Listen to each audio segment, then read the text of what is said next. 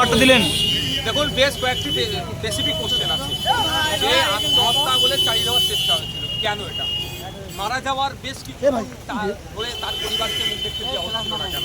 তাকে গোপন করা হচ্ছিল, কি রহস্যটা সেটা উদ্বোধন করতে হবে।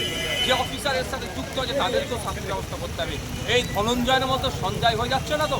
সঞ্জয়ের সাথে আর যারা আছে অবশ্যই বলছি, তাতে কিন্তু আমার পার্টিসিপেন্ট হবে। একারও কাণ্ড নয়, এর সাথে যারা যুক্ত আছে সঠিকভাবে তদন্ত করলে আমার বিশ্বাস যে তার ধরা পড়বে, তাদেরকেও শাস্তির ব্যবস্থা করতে হবে। আর সকালে চাকরি চাললে সন্দীপ ঘোষ সন্ধ্যে চাকরি পেয়ে যাচ্ছে, কারণ এর মধ্যে কী রহস্য আছে?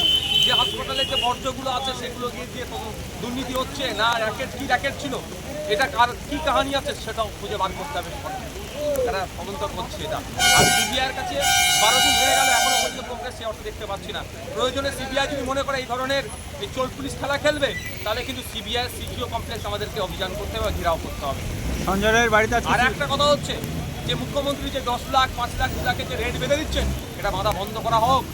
মুখ্যমন্ত্রীকে আমরা সম্মান জানিয়ে বলছি, তার মুখ থেকে আমরা এই ধরনের শব্দ বাক্য আমরা কোনোদিন আশা করিনি।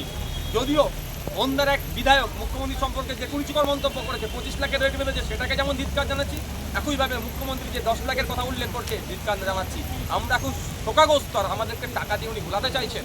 ওনার পরিবারের লোকজনের বক্তব্যটাই যে শুনলাম মিডিয়ার মাধ্যমে, নাকি সেখানেও টাকা অফার করেছে, এটা মেনে নেওয়া যায় না। যারা অন্যায় করেছে, মুখ্যমন্ত্রীর কাছে উদ্দেশ্যে বলবো, সেই অন্যায়কারী দোষীদেরকে আড়াল করার জন্য আপনার সরকার না পড়ে যায় এই ধরনের কাজ করবেন না।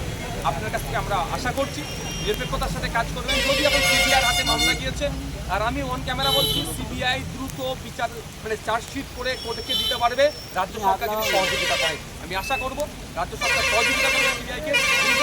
সঞ্জয়ের বাড়িতে সিবিআই গেছিলেন, 1 ঘন্টা 15 মিনিট ঢুকলেন। ব্যাপারটা কি? এখানে তো অনেক কিছু হচ্ছে, অনেক সন্দেহ হচ্ছে যে হচ্ছে কি সিবিআই কাদের কথা শুনে চলছে, সেও প্রশ্ন থেকে যাচ্ছে।